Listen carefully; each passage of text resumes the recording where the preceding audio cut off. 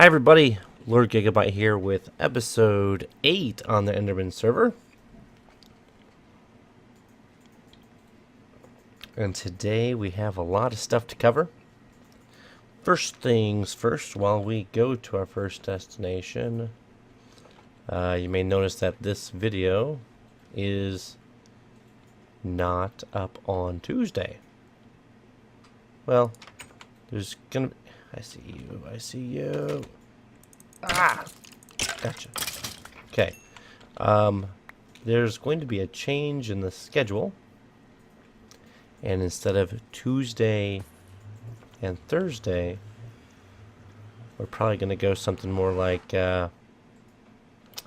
Wednesday, Friday, perhaps. I don't have it fully nailed down exactly just yet, but we're just going to shift things around due to just some things going on at home. Oh, can't look at that.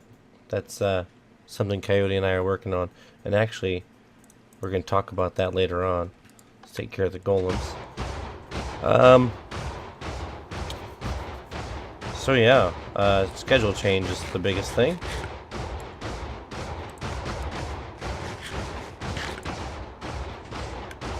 And we got Coyote and I are working together on a project, or 2 or 3 or 4. Let me see, 1. Let me see. Let's see. We got that project. The one I finished is for that one. See, all the projects we have kind of segue together. Oh, real quick before we go further. One of the things I mentioned for doing this style of kill on these was XP. It came to my attention after doing this a long time, and as well as from another player, you do not get XP from golems. So if you were wanting to do that, you will be out of luck. No golem XP.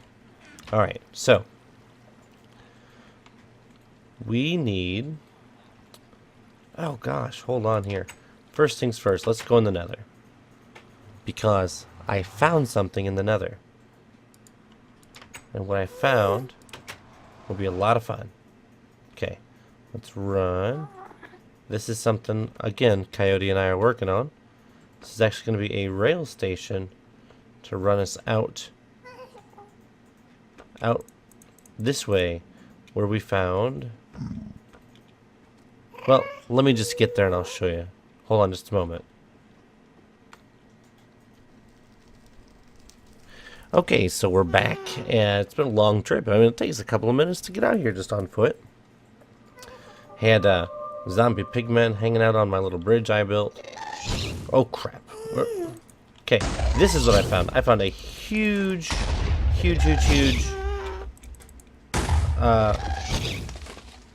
fortress.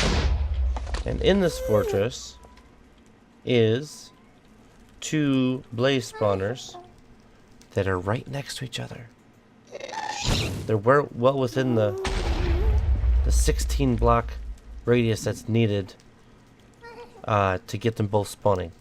So we are going to build an XP, a blaze XP farm. Okay. Now, so it doesn't take forever to get out here on foot. And so we can avoid some confusion with nether portals. We're going to build a rail system out here. But we're going to need a lot of powered rails. And powered rails require a lot of gold. So we're also working on something else. Be right back. Okay, so here we are outside, above the golem farm. And how are we going to solve our gold problems? With that. What the heck is that? What is that? This is a gold farm. the way this gold farm works is we can set up gigantic nether portals. So each of these open spaces is going to be lined with obsidian and turned into another portal. Then the pigmen are going to come through. They're going to fall down. There's going to be water in here. It's just going to be a regular water chute. And they're going to drop down through there and fall to their doom. Now, we put it here on purpose. I AFK a lot at the iron farm. So this way, I will be within the proximity to trigger, or anybody for that matter, if they're down working, they'll be able to trigger the golem farm, or the the gold farm from the golem farm. Let's go down here. So while I'm down here, this room right here is directly below. So we have this set up two ways. Let me bust that real quick. Let's take a look up. Straight drop down for death. We can hit this button here and see that? A water break. So then they drop and they get hit. Or they get less damage. So then you can just hurt them. So that is what we have here. This is the zombie pigmen collection area. Now, as you may have noticed, that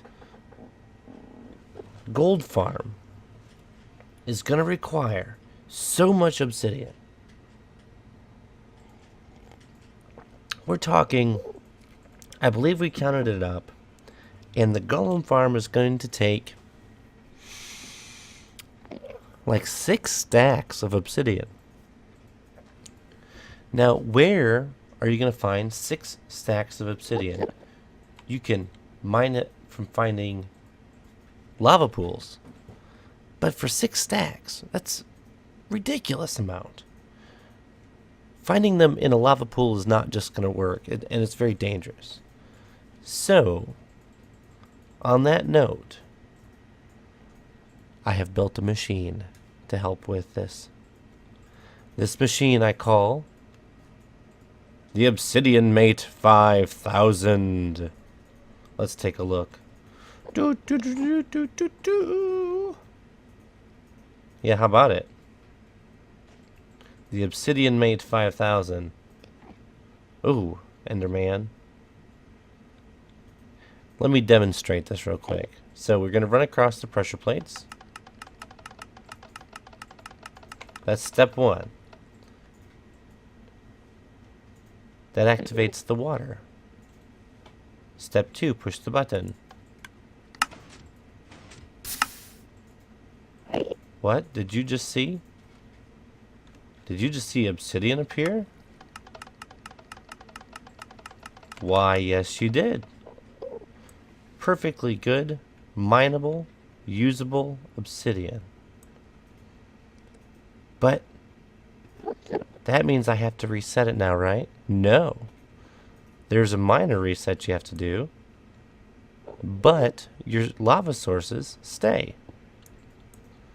I'm going to go ahead and pick all this out, and then I'll show you what you have to do to reset this.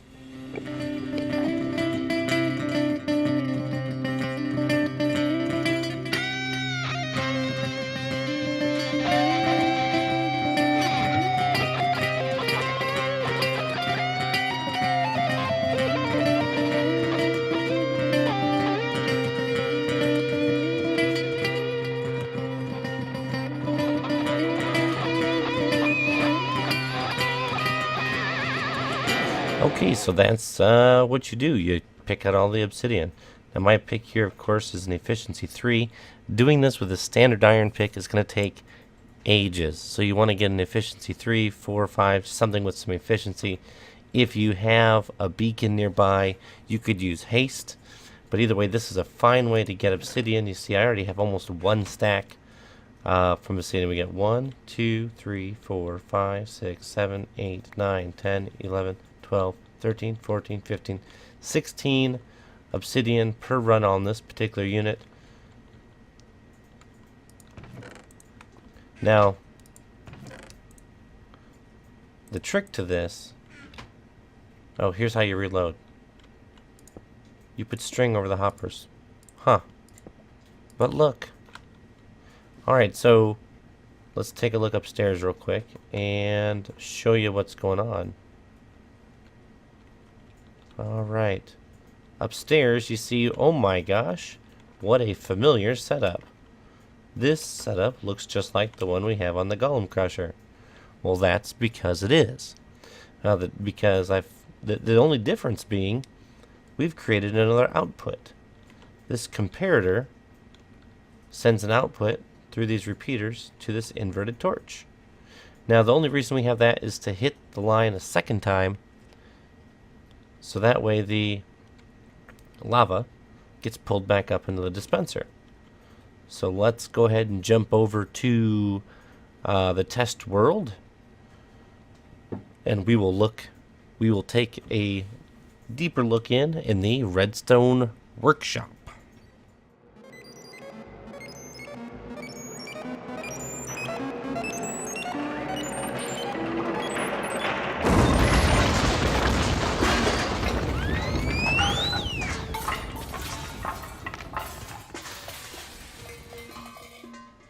Okay, so welcome.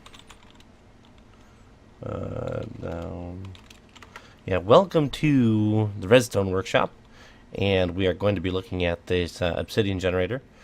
One thing to note: this generator is directional dependent. Orientations north-south and east-west are important to the operation of this machine. I have spent the last I don't even know how long, quite a few hours, trying to figure this thing out. How I had one built and it worked, and then I came over here and I built it again and it didn't work.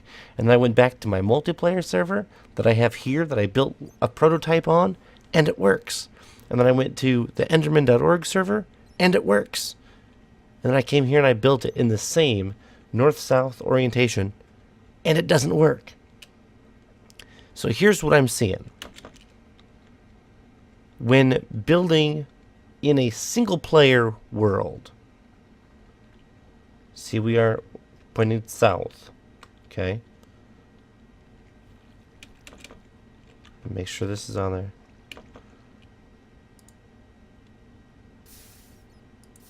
Okay, it does not work pointed south. On a single player world,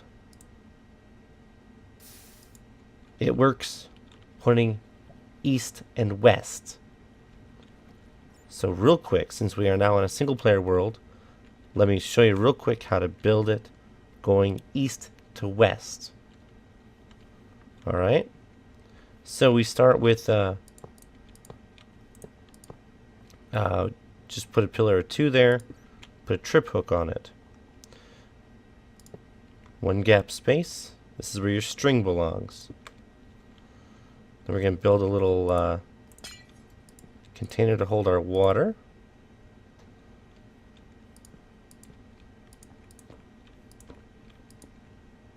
Okay, our water goes here, flowing against this block with the string on it. The lava goes directly above the string, and that's it in its most basic form. Voila, obsidian. And you can sit there and dump it with your bucket again and again and again. Now, the one that I built on the Enderman server has a bit of automation to it. Mine on the Enderman server is set to run a whole bunch of them.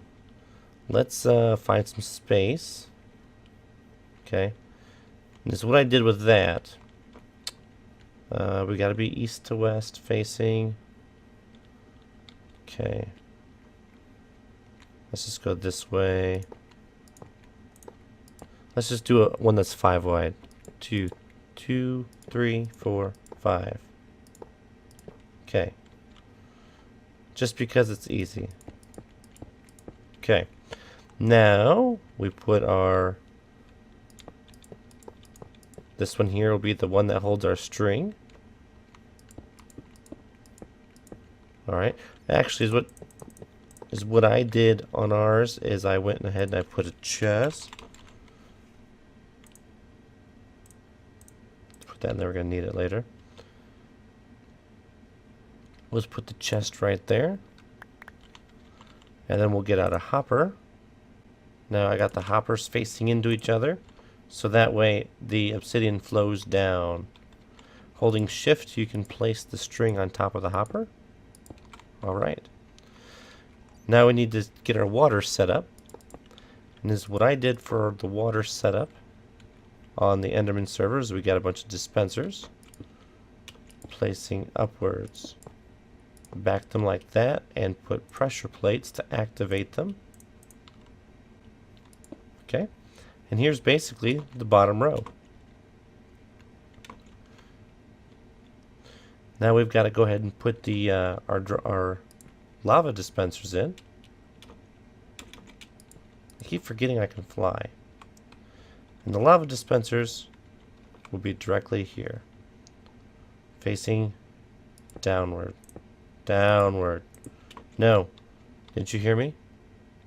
Downward. There we go. So that is how our dispensers go here.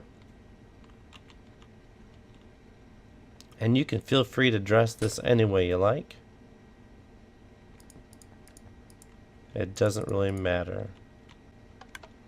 I had that right before. Okay. Silly me, this hopper threw me off. Let's just cover that. There. Now we don't have to worry about it. Okay. Anyway, let's get back to this. After this is finished, let's see here. Now we have to put the all the rigging on the top. So let's go ahead and build out a little bit of upstairs platform here. And the back end of this is going to be a little big because we need space for all the machinery. Now again, the pulsar that we're using is going to be just like this. Okay? Very simple. We've already done it before.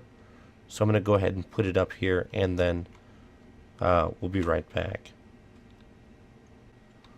Okay. So looking back now, we got the what I've been calling the redstone engine lately, all set up here, ready to go. I'll set those on the longest delay because it'll help with the second pulse on these that's supposed to turn it back off. Now you can run this button anywhere you like. With just a little bit of redstone, you could run the button all the way down here to the front, or you could run it right down here to the back. You could also probably find a way to activate these dispensers with a switch or a lever or something else altogether. I found out pressure plates work fine because not only are they easy to use, they also hold back the water once you have the machine running. So let's go ahead and get our 5 buckets of water. Oh, this design is also this idea. I have 5 there, 6 here. No wonder things looked a little weird. Okay, this is not my idea or design. This was one that I found that was made by MINECRAFTdotNet. And that link to that video will be in the description for those of you who'd like to do this on your own. I feel it's a little more automated than what MINECRAFT.net did. He used a bud switch for his automation to where you didn't have to push any extra buttons.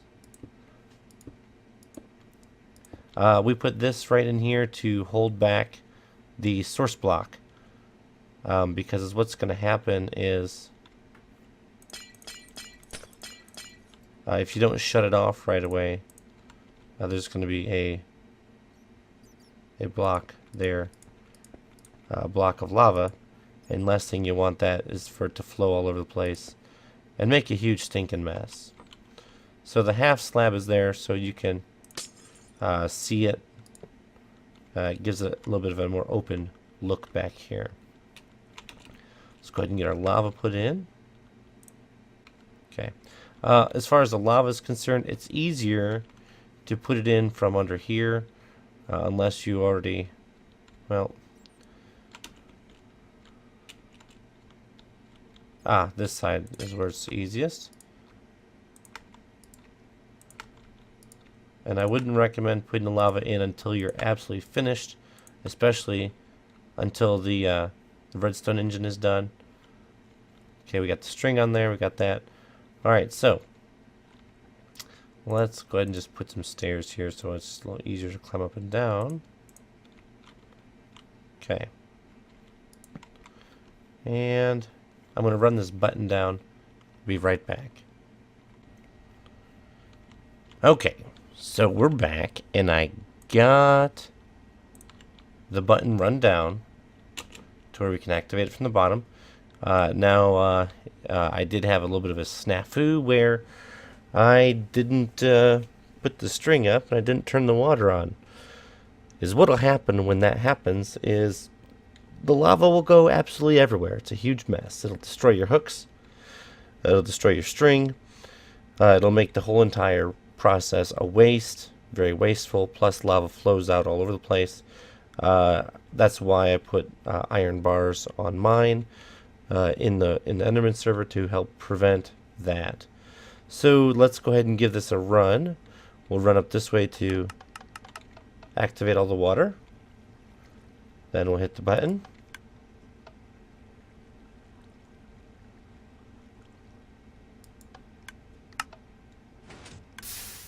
And there we are. But for some reason, how many we got in here? 4. Let's take this down to 3. I think it's just a timing. I don't think it's moving fast enough. Let's see.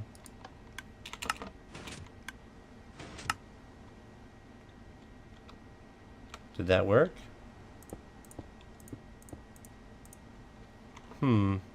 Let's clear out this and reset and find out. I think it did.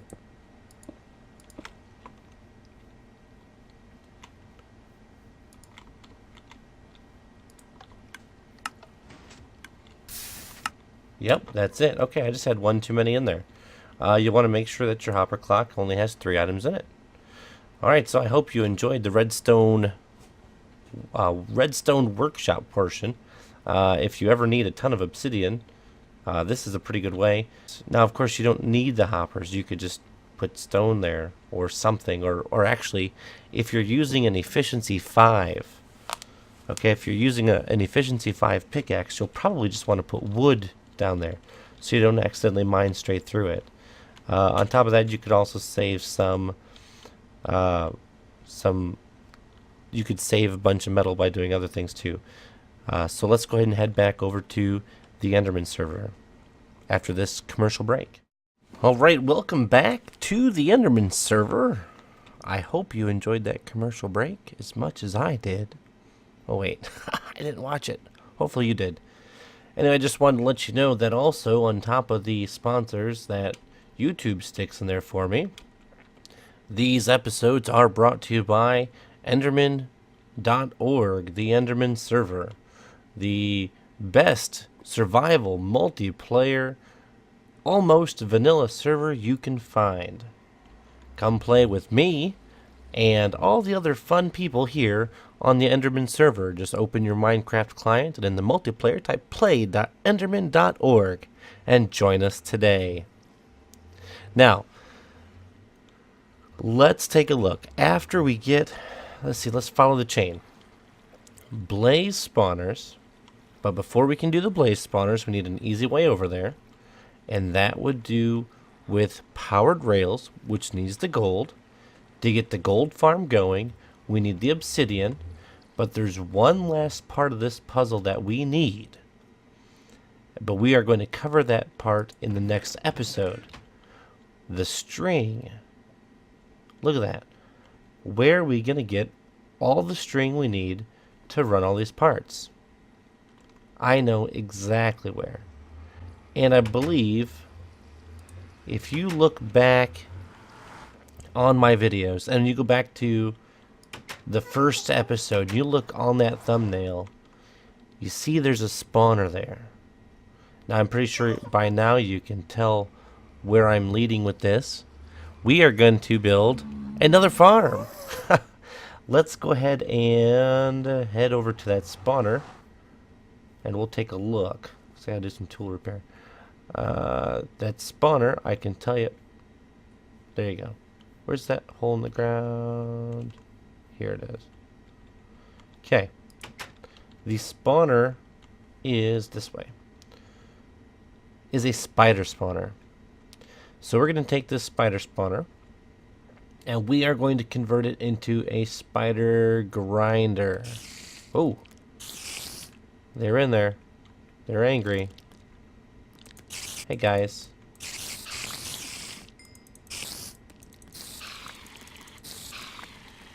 Let's light it up in there so we can take a look.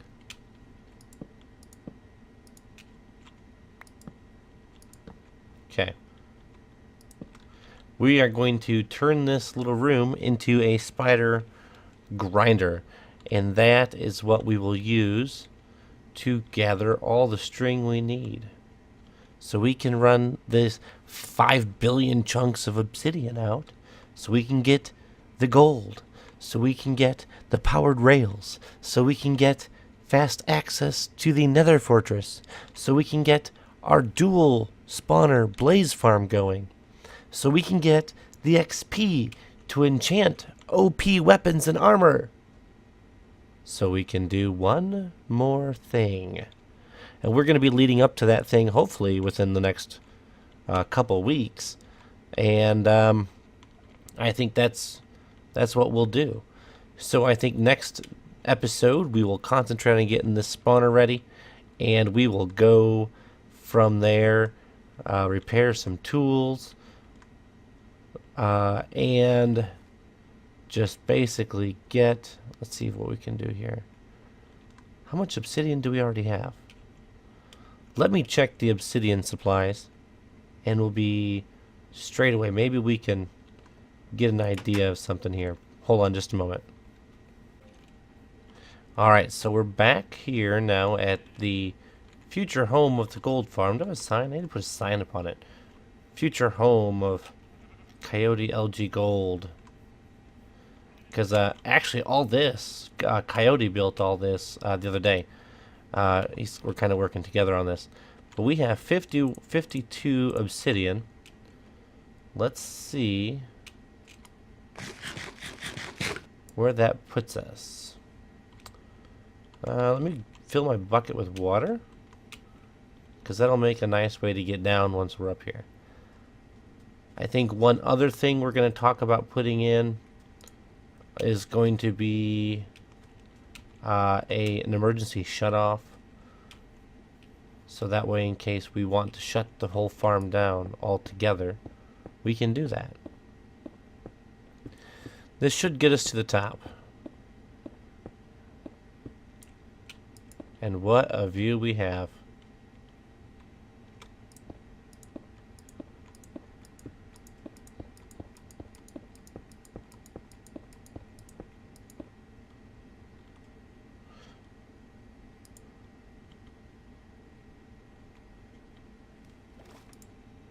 And away we go.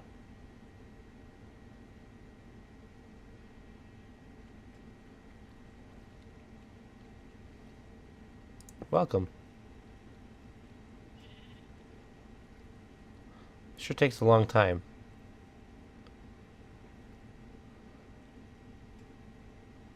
There we go. Oh, that's what I wanted to avoid. We'll replant some of this roughage. I like having the tall grass around here. I think it makes the place look a little overrun, and I like that look. Well, what the goodness?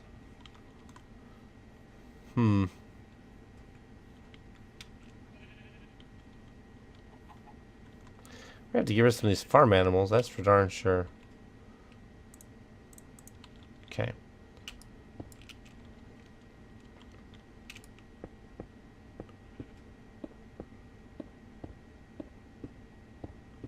Two, one, out. And we're close. And you know what this means? Once we put in... Really, we could survive with 1, 2, 3 more pieces. But I think 4 would be best. Let's just come on up here for now. And we will end out the day, end out the episode with a view of the sunset. So guys, thank you so much for watching. If you did enjoy the episode, please leave a like. If you have suggestions or comments about what you'd like to see, leave those in the description down below. Again, the original video I found by MINECRAFTdotNet that showed the Obsidian generator. The link is down in the description. I hope you guys again enjoyed it. This is Lord Gigabyte, and until next time, so long.